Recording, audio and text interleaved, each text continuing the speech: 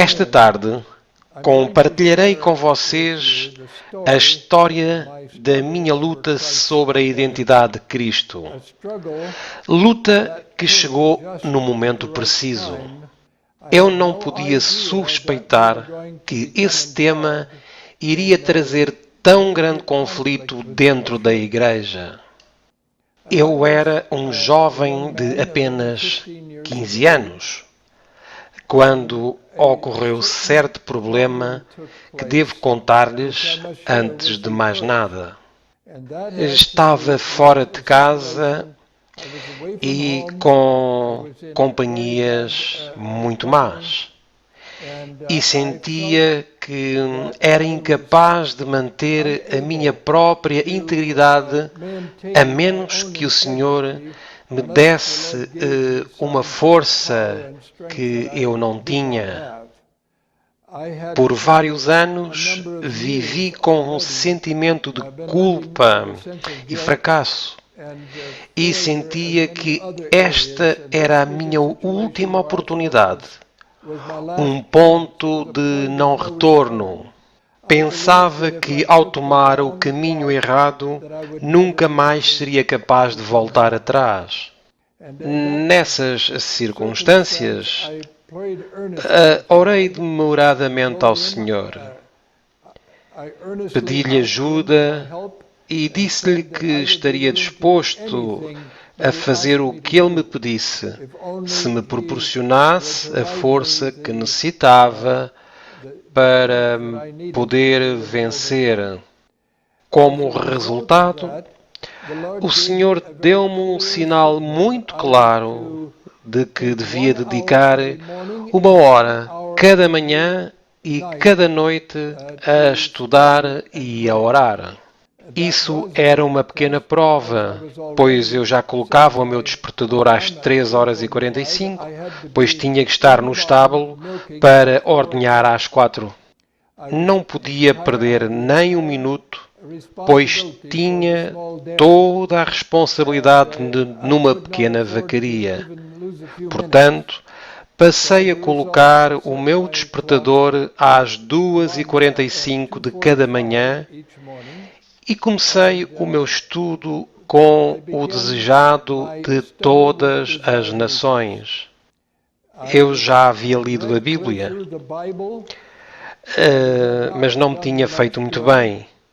A verdade é que também lia novelas, de forma que não me podia fazer muito bem. Pensei que no desejado de todas as nações poderia obter mais do que simplesmente lendo somente as Escrituras. Assim que comecei a ler o primeiro capítulo, comecei a ficar preocupado, pois a minha sensação era que não sucedia nada. Sentia-me muito angustiado, pois era a minha última oportunidade. Assim que orei ao Senhor e disse-lhe: "Que faço agora, Senhor?" E ele impressionou-me a voltar à primeira página. Então, como aficionado por novelas, eu lia bastante rápido. Compreendia o que lia. Por conseguinte, o material não era novo para mim, pois antes de sair de casa fazia adoração com os meus pais todos os dias. Além disso, tinha frequentado um colégio da igreja. Comecei a ler novamente e, pela metade, estava realmente preocupado e alarmado, pois parecia-me que a minha última oportunidade estava a passar rapidamente e não teria uma outra. Orei de novo e disse: "Senhor, que posso fazer? Ajuda-me, por favor." E impressionou-me claramente que deveria voltar ao primeiro parágrafo. E foi como falasse diretamente com palavras concretas. Não passes do primeiro parágrafo até teres tirado algo dele. Assim que orei para ler o primeiro parágrafo e para ler cada uma das suas frases, e antes de saber o que estava a suceder, vi-me envolto numa comunhão com Deus com a qual jamais havia sonhado. Estava aprendendo a meditar sobre Cristo. Todo esse livro é sobre Cristo. E eu estava colocando o foco em Cristo e aprendendo a meditar. E sobre isto tenho a dizer que os que não aprendam a meditar sobre Cristo acabarão em grave perigo com os diferentes métodos orientais de meditação tão em moda hoje em dia e que são completamente contrários à meditação bíblica. Ao ler, encontrava muitas citações que me apresentavam um grande desafio, e uma que li na página 25 dizia o seguinte: maravilhamo-nos do sacrifício do Salvador em permutar o trono do céu pela manjedoura e a companhia dos anjos que o adoravam pela dos animais da estrebaria. O orgulho e presunção humanos ficam repreendidos em sua presença. Todavia, esse passo não era senão o princípio de sua maravilhosa condescendência. Teria sido uma quase infinita humilhação para o Filho de Deus revestir-se da natureza humana, mesmo quando Adão permanecia no seu estado de inocência no Éden. Mas Jesus aceitou a humanidade quando a raça havia sido enfraquecida por 4.000 anos de pecado. Este parágrafo sobressaltou-me realmente, mas em continuação dizia o seguinte: como qualquer filho de Adão, aceitou os resultados da operação da grande lei da hereditariedade. O que estes resultados foram, manifesta-se na história dos seus ancestrais terrestres. Veio com essa hereditariedade para partilhar de nossas dores e tentações e dar-nos o exemplo de uma vida impecável. Isto impressionou-me profundamente. Mais tarde li outra citação na página 72 que chamou a minha atenção e dizia o seguinte: Cristo devia redimir em nossa humanidade a falha de Adão. Quando este fora vencido pelo tentador, entretanto, não tinha sobre si nenhum dos efeitos do pecado.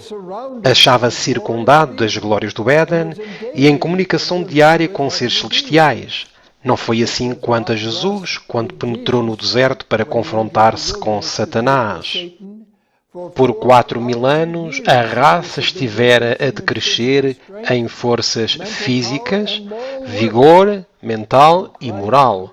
E Cristo tomou sobre si as fraquezas da humanidade degenerada. Fixai-vos na frase final, que foi o que finalmente me impactou. Unicamente assim podia salvar o homem das profundezas da sua degradação. Meditei muitíssimo sobre estas citações e perguntei-me como poderia beneficiar-me delas. Então, na página 77, 5 páginas mais adiante, li o seguinte: em nossa própria força é-nos impossível escapar aos clamores da nossa natureza caída. Isso já o havia comprovado muito bem por mim mesmo. Satanás traz-nos-á tentações por esse lado, pela natureza caída. Cristo sabia que o inimigo viria a toda a criatura humana para se aproveitar da fraqueza hereditária e, por suas falsas insinuações, enredar todos cuja confiança não se firma em Deus. E, passando pelo terreno que devemos atravessar, o nosso Senhor nos preparou o caminho para a vitória. Não é da sua vontade que fiquemos desvantajosamente colocados no conflito com Satanás. O problema que agora se me apresentava ao meditar nestas passagens é que o livro mostrava que Cristo tomou a nossa natureza pecaminosa. Além disso, encontrei que ele era tentado exatamente como nós o somos e venceu por exercício da sua vontade. Mas isto levantou-me um verdadeiro problema. Como escapou do egoísmo durante a sua infância? Ele tinha que vencer como nós, pelo exercício da sua vontade. Mas a vontade nem sequer está formada na infância. Razão e vontade trabalham juntas, mas para que a vontade esteja significativamente exercitada, deve haver capacidade moral. A pessoa deve ter consciência moral do bem e do mal. Quando eu era criança, não tinha nem ideia do que sucedia ao meu redor. Não tinha princípios morais. Então a pergunta é: como pôde ele resolver-se na infância? Eu estava seguro de que me explicariam os professores quando fosse para a universidade. Esperei 3 anos para entrar na universidade e apresentava o assunto de vez em quando, sem obter resposta. Mas, uma vez na universidade, nenhum dos meus professores estava disposto a responder-me. De facto, e foi algo estranho para mim, nenhum pareceu ouvir a minha pergunta. E isto é interessante porque os professores estavam sempre dispostos a responder a perguntas. Se eles não sabiam, perguntava-me como poderíamos entender os demais. Houve um professor que me deu uma pista. Ele disse-me que quando se tem um problema que não se pode resolver, o melhor é deixá-lo e suscitá-lo de novo de vez em quando. A verdade é que não achei solução durante um bom tempo, mas após 2 anos, já como pastor, chegou a solução. O irmão Morris Flanneau, a quem eu havia tido o privilégio de batizar, havia estado a estudar com as testemunhas de Jeová nas minhas costas. E nas minhas costas continuou a estudar com elas. Ele queria compartilhar a sua fé com elas. Ia reunir-se com elas numa segunda-feira e o líder das testemunhas de Jeová disse a Morris se o seu pastor queria participar num estudo bíblico. Morris chamou-me e convidou-me. E eu aceitei. Decidi ir à reunião um pouco mais cedo do que o acordado para orar com Morris. Ao chegar, bati à porta e abriu o líder do grupo das testemunhas de Jeová. Começou a fazer-me perguntas logo na porta, em vez de convidar a sentar-me. Perguntou pela minha família e outras coisas, apenas com a intenção de iniciar a conversação.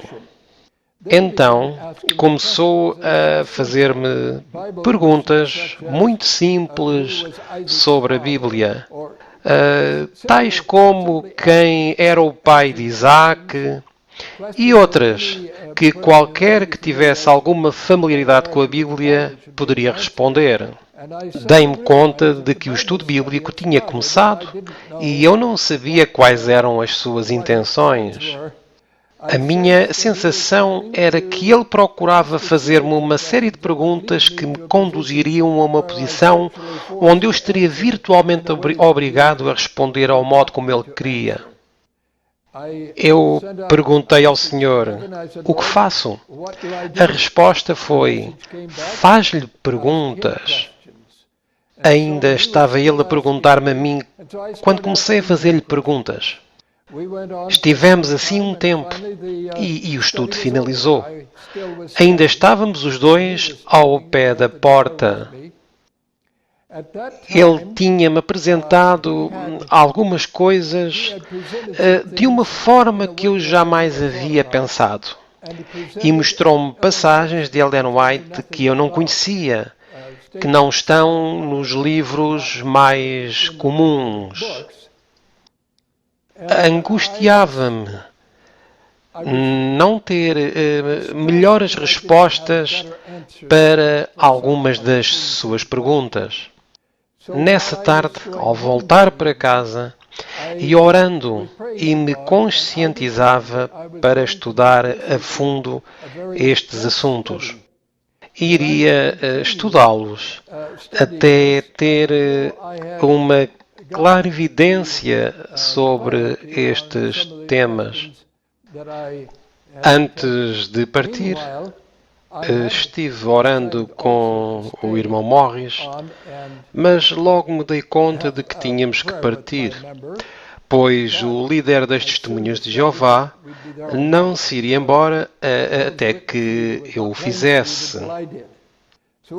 Assim, parti sem saber como o irmão Morris tinha visto as coisas. Estava afligido por não ter podido responder melhor às perguntas. Ainda que eu tivesse respondido a todas elas, enquanto ele não conseguiu responder a muitas das minhas perguntas. Na manhã seguinte, o irmão Morris contactou-me. Ele estava muito entusiasmado com o que tinha acontecido na noite anterior. Ele não suspeitava que eu estava angustiado e eu tampouco lhe disse. Comecei um plano de estudo só com a Bíblia. Tomei as minhas referências marginais e uma concordância e anotava cada nova referência que encontrava. Continuei o meu estudo até anotar e interligar todas as referências. Não me recordo quanto tempo durou, mas sem dúvida que foram vários meses, provavelmente 3 ou 4. Entretanto, enquanto fazia esse estudo e ia encontrando respostas, encontrei também a resposta à minha questão. A resposta que há tanto tempo havia esperado chegou subitamente através deste estudo. E quando chegou, não consegui compreender como não a tinha visto antes. Pareceu-me muito clara. E tem a ver com conceitos aparentemente contraditórios. Existem 2 conceitos na palavra natureza. Natureza pode referir-se à genética, à herança, como também pode referir-se a caráter, a personalidade. No Espírito Profecia, já tinha lido também que Cristo tinha uma natureza sem pecado. A questão era como podia ter uma natureza sem pecado e, por sua vez, uma natureza pecaminosa. Encontrei claramente a resposta em Romanos e Hebreus.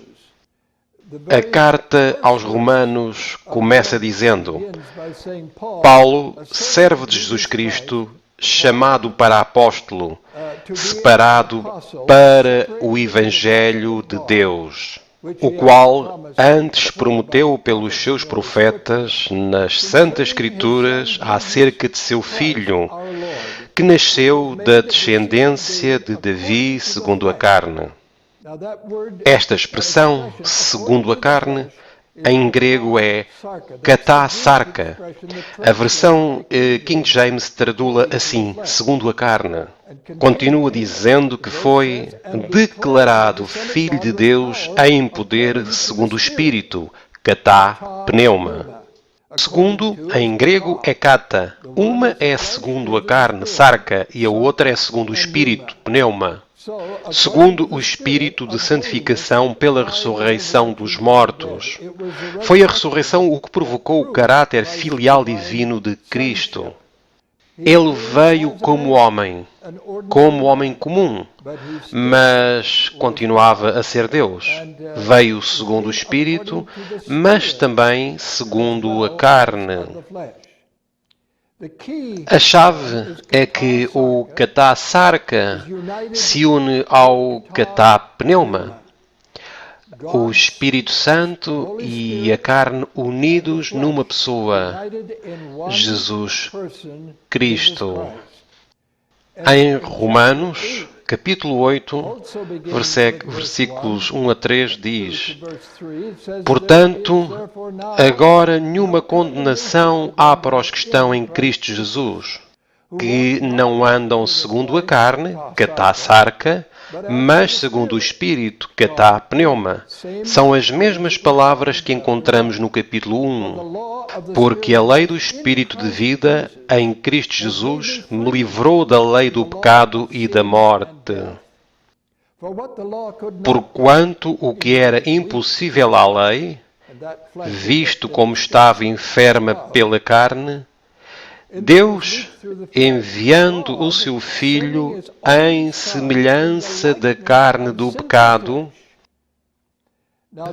Essa palavra semelhança, em grego, é homoiomati.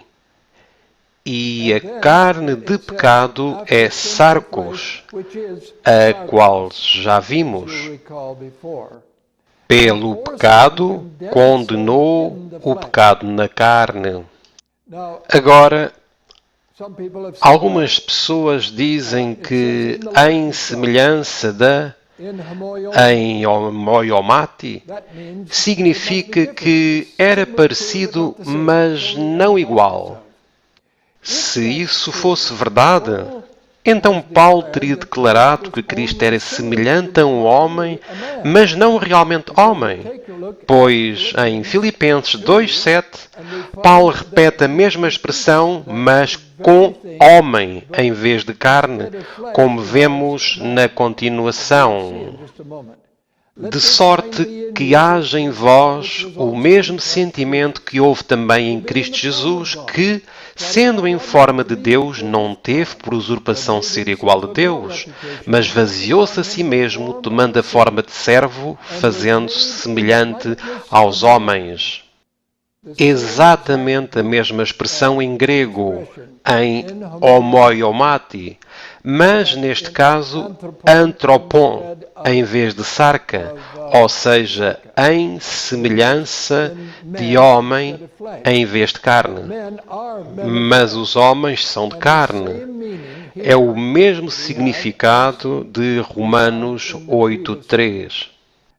E achado na forma de homem, humilhou-se a si mesmo, sendo obediente até à morte e morte de cruz.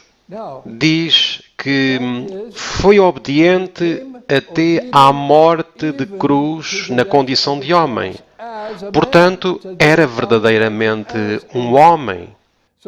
Não simplesmente o parecia.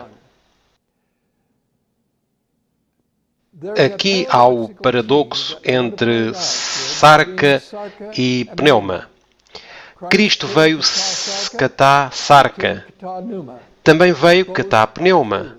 Ambas as coisas são igualmente certas, mas têm significados diferentes. A sua natureza era katá-sarka. A sua natureza era também katá-pneuma. A sua natureza era da carne e do espírito. Leiamos agora Romanos 8, 4 a 6. Precisamente depois de ter dito que Cristo veio em semelhança da carne do pecado, para que a justiça da lei se cumprisse em nós, que não andamos segundo a carne, katá-sarka, mas segundo o Espírito, katá-pneuma. Desta forma, temos novamente estas duas mesmas expressões.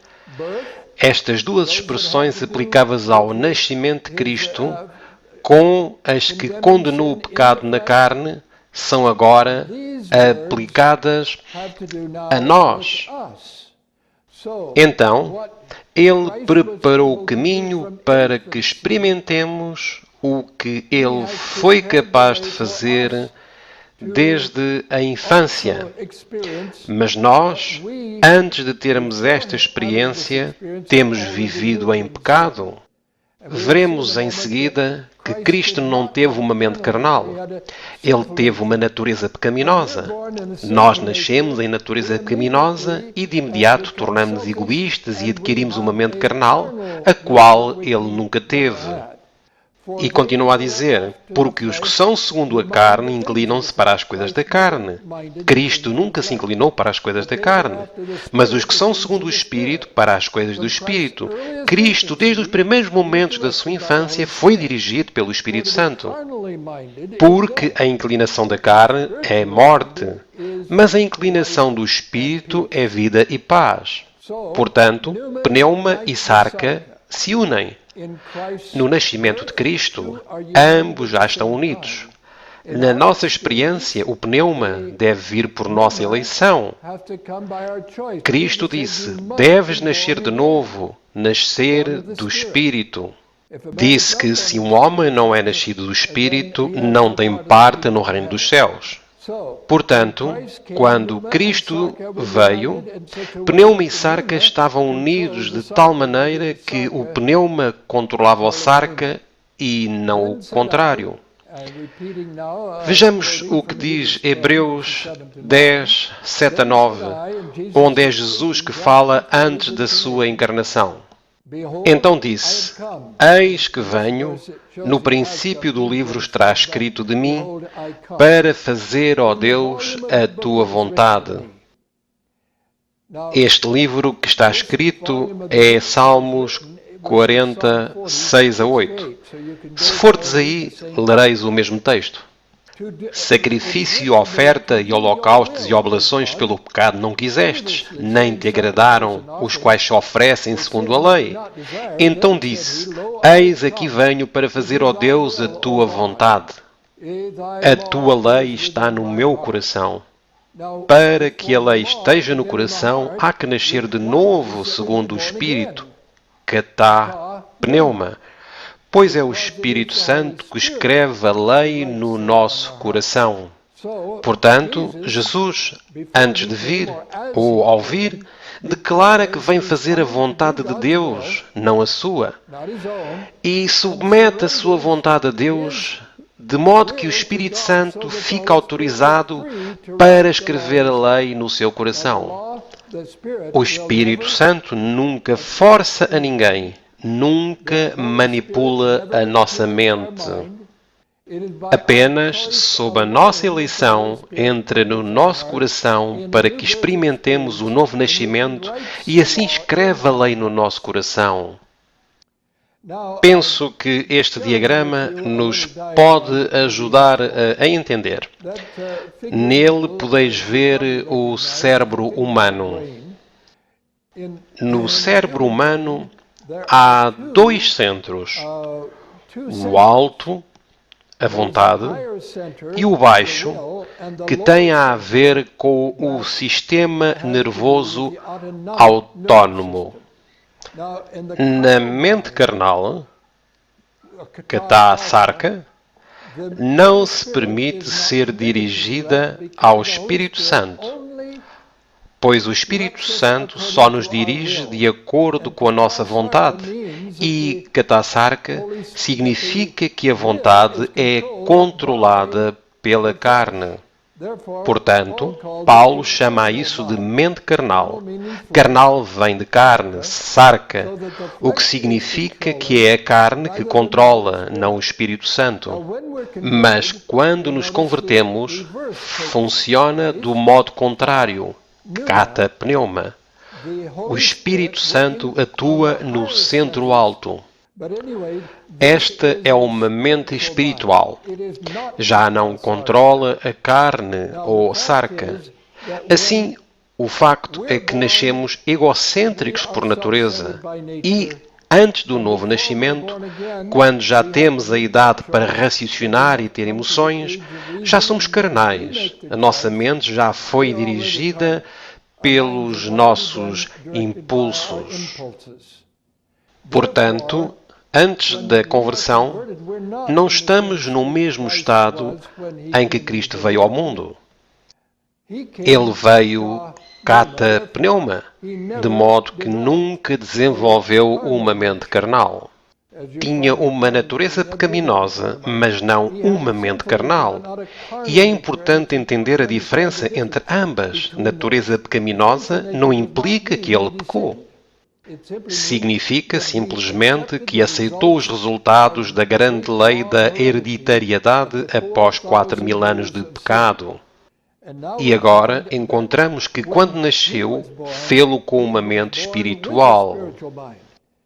Nasceu em carne, kata sarka, mas não viveu segundo a carne, pois o Espírito dirigiu a sua mente desde o princípio e controlou a carne.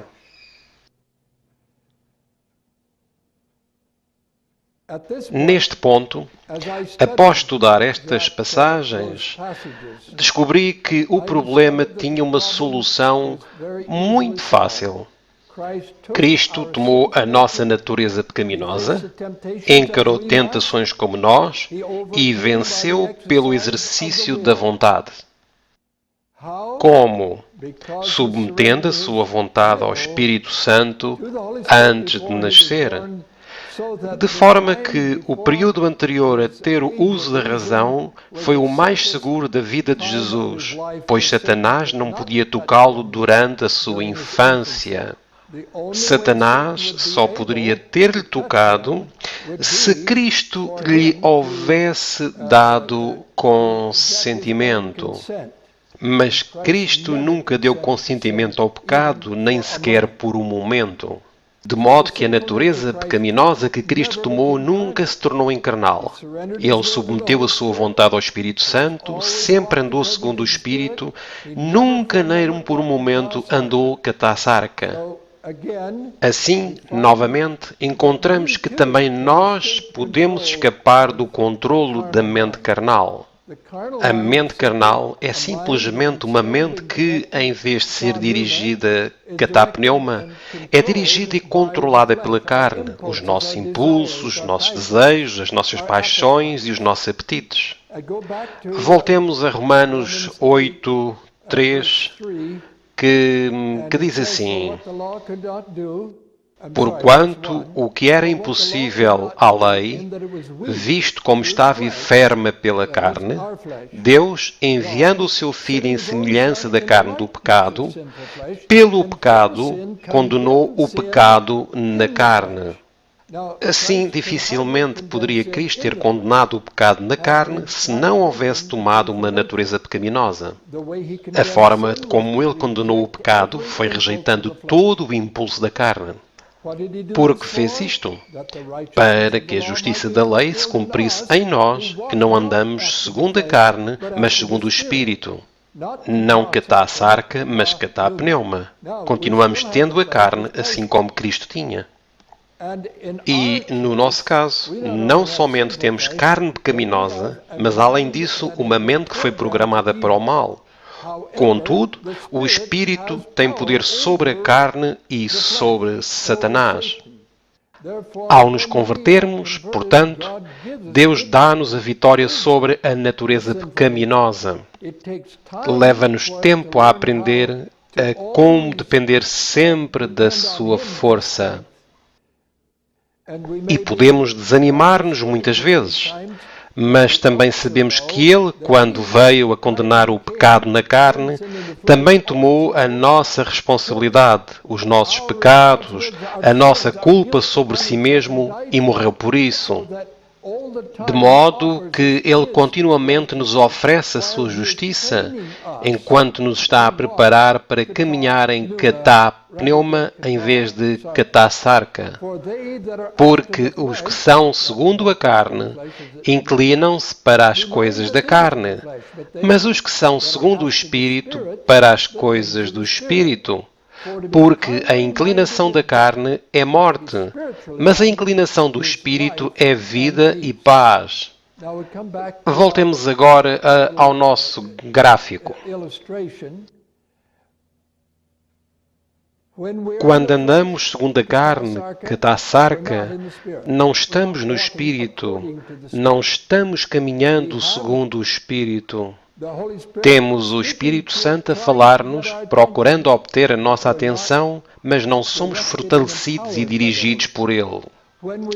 Quando recebemos o Espírito Santo, passamos a atuar catapneuma e, como disse Paulo, deixamos de caminhar catasarca, deixamos de viver segundo a carne.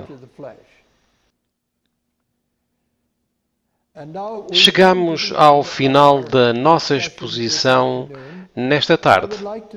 Queria dizer que há muitos mais versículos bíblicos, muitas mais passagens que indicam que Cristo veio ligado a Deus. E foi essa ligação que o capacitou para viver sem pecar. Cristo, nossa justiça, oferece-nos a sua justiça, inclusive enquanto nos prepara, por meio do Espírito, a caminhar no Espírito e não a caminhar na carne.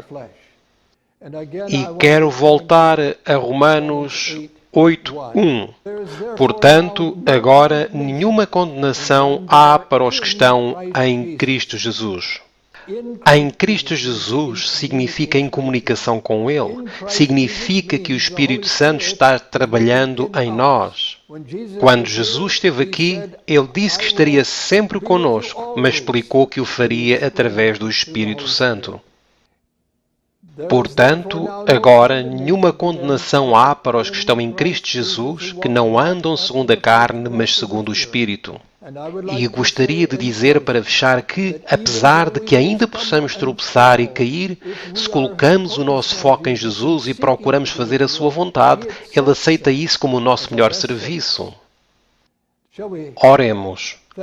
Graças, Senhor, pelas tuas muitas bênçãos. Agradeço-te pela tua bondade e misericórdia e rogo-te que nos abençoes e guardes por meio do teu Espírito, que possamos caminhar em Espírito e não segundo a carne, em nome de Jesus. Amém. Que tal se usarmos o quadro para explicar o que tenho estado a comentar sobre o cérebro? Queria primeiramente comentar alguma coisa sobre como Deus criou o homem. Já o vimos no gráfico, mas este nos dará uma melhor perspectiva. No córtex cerebral temos razão, juízo e vontade. Deus criou o homem como templo do Espírito Santo, e isso significa que o Espírito Santo estaria em constante direção do homem, mas através da sua própria vontade.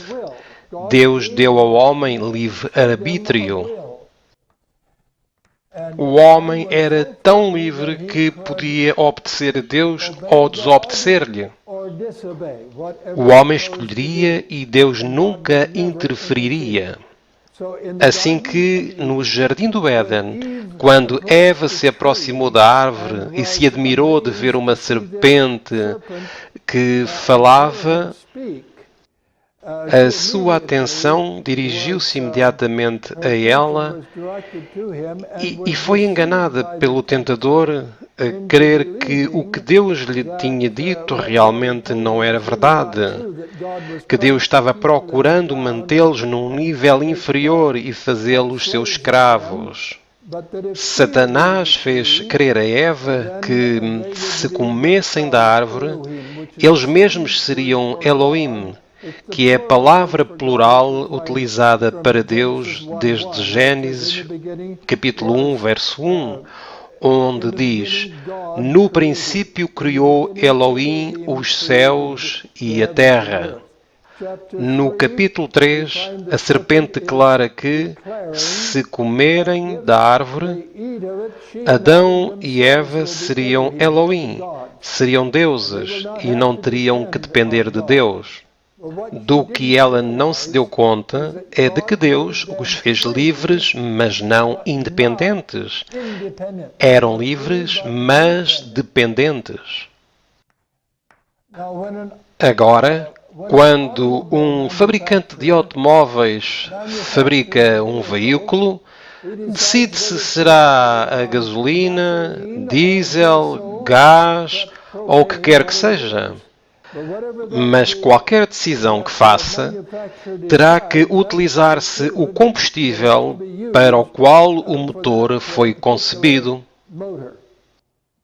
Quando Deus criou o homem, este era livre de tomar as suas próprias decisões. Podia decidir obedecer ou desobedecer, mas não era e nem podia tornar-se numa criatura independente. Era dependente.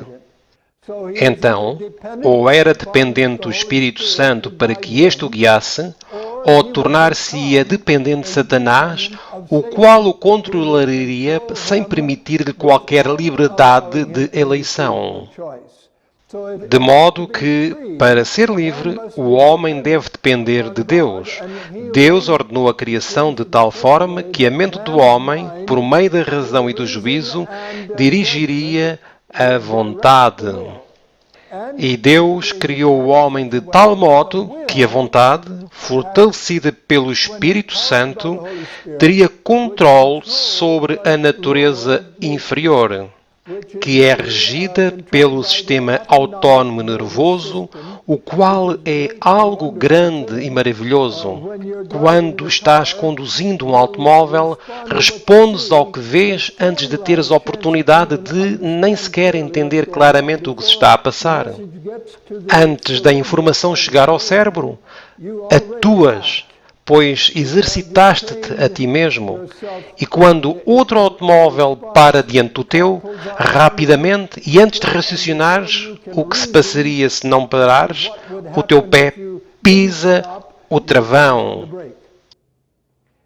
Há muitíssimas evidências. Por exemplo, uma razão pela qual é tão importante não alterar os horários das refeições é porque, uma vez fixado um horário, o corpo conhece a que horas vem o alimento. O sistema nervoso autónomo emite automaticamente um sinal às glândulas que segregam os sucos gástricos. E os sucos que são segregados na boca para começar o processo digestivo, de modo que, quando o alimento entra na boca, imediatamente, ao começares a mastigar, se mistura com esses sucos e vai para o estômago parcialmente digerido, facilitando a digestão total. Entretanto, alerta também o estômago para segregar os sucos gástricos. Se comermos a qualquer hora, o corpo não tem a oportunidade de preparar adequadamente a digestão e esta se complica. Temos então dois centros no nosso cérebro. No inferior está o sistema nervoso autónomo que controla o corpo. Quem sacode a sua mão à frente dos teus olhos, as tuas pálpebras fecham-se automaticamente. Tu não raciocinas. Não dizes, fecha o meu olho porque algo está a ponto de me golpear. E durante a noite, quando dormes, como te mantens respirando? O sistema nervoso autónomo é o que se encarrega disso. Tu não tens de que te preocupar. Tu vais dormir e levantas-te no dia seguinte. Todas estas coisas estão sob o controle do sistema nervoso autónomo, mas no centro inferior também estão as emoções e as paixões. E, por certo, as paixões em si mesmas não são más. Deus criou-nos com capacidades para termos emoções intensas determinadas pelas circunstâncias. Falaremos da paixão de Cristo, junto com a experiência do Getsemane, na qual ele dizia: se é possível, passa de mim este cálice. Havia uma tremenda paixão.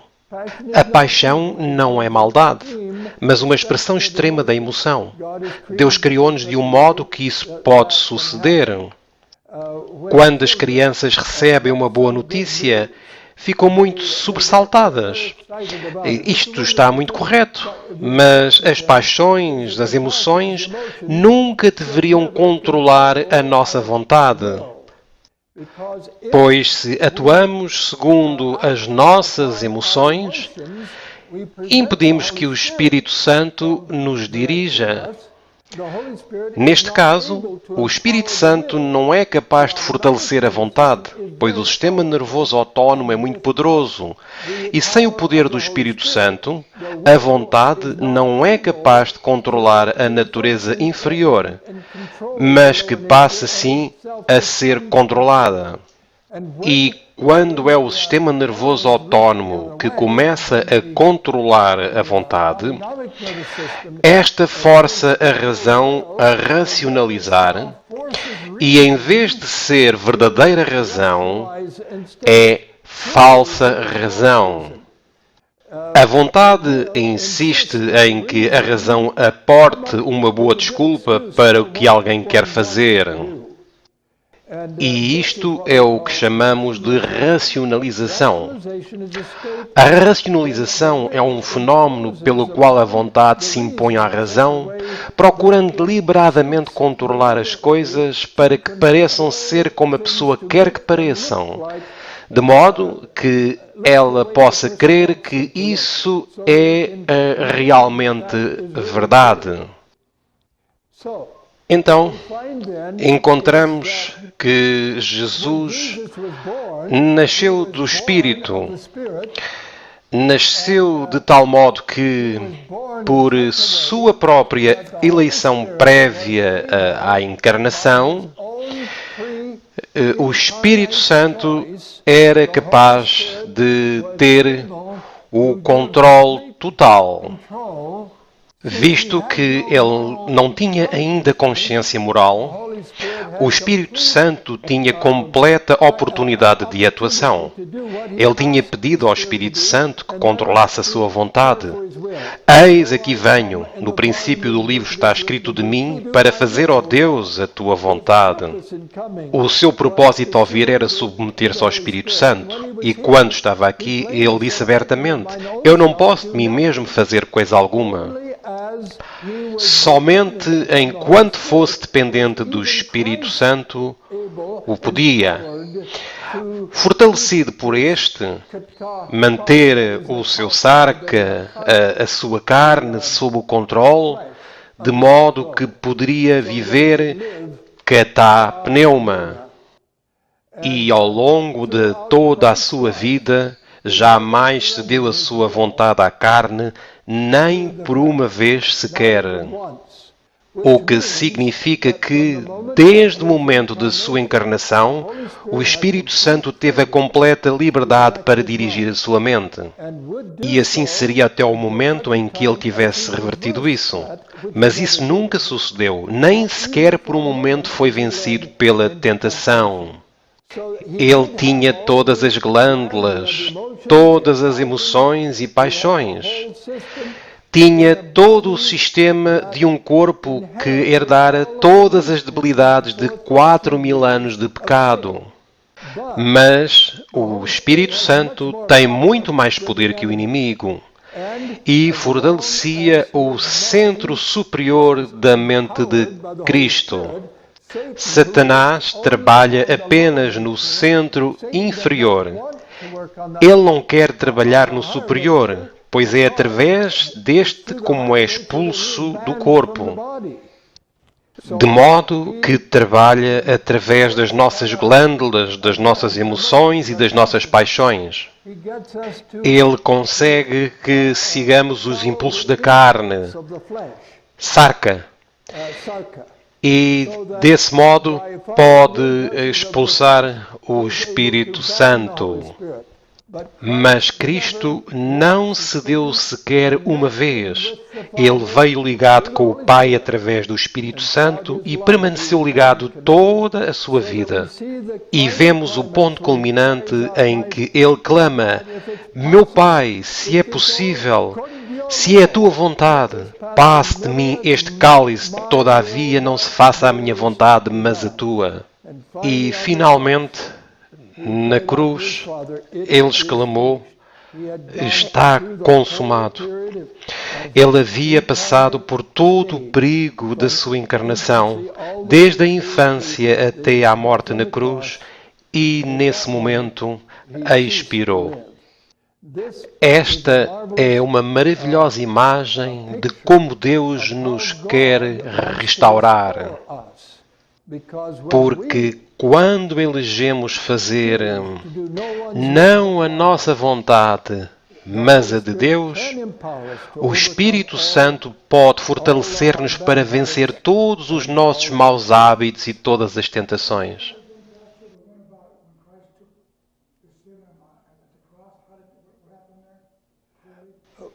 Cristo, ao vir, tomou antes de nada a nossa natureza.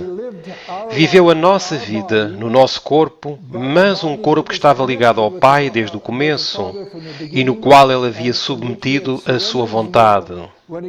Quando chegou à cruz, tomou sobre si os nossos pecados e culpa. Então, quando morreu, não morreu pelos seus pecados, pois não tinha nenhum. Ele morreu pelos nossos pecados e, ao tomar a nossa culpa sobre si mesmo, enterrou essa culpa no sepulcro. E quando se levantou, ele tinha o poder sobre a sepultura. Também tinha poder demonstrado sobre Satanás. E oferece-nos, inclusive agora, dar-nos esse poder sobre o pecado através do mesmo Espírito que deu o poder a ele. Contudo, necessitamos aprender. Temos de ser treinados. Não somente temos que ser ensinados em compreender que Cristo é a nossa justiça, como também, e além disso, temos de ser treinados em como depender sempre de Cristo unicamente e não na nossa própria vontade.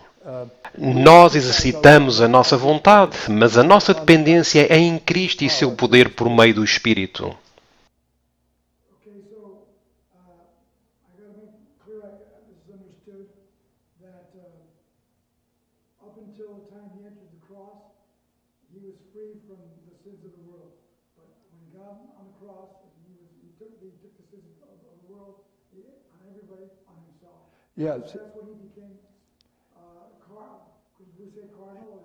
Jesus não se tornou carnal porque não eram os seus impulsos que controlavam a sua mente. Uma mente carnal é aquela na qual os impulsos do corpo controlam a vontade. E esta, por sua vez, controla a razão num processo de racionalização. De modo que racionalizamos que é correto o que queremos fazer ou o que queremos querer.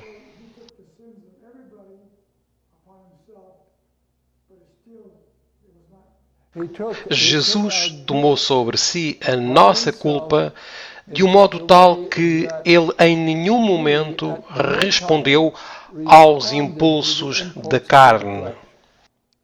Apesar de ele ter tomado uma natureza pecaminosa, nunca teve uma natureza ou mente carnal.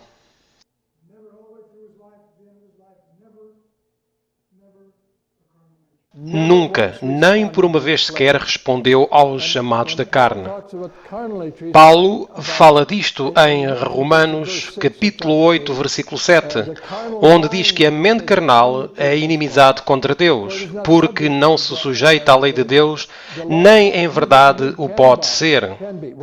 A mente carnal é uma mente controlada pelo centro inferior do cérebro, pelos impulsos e pelos desejos.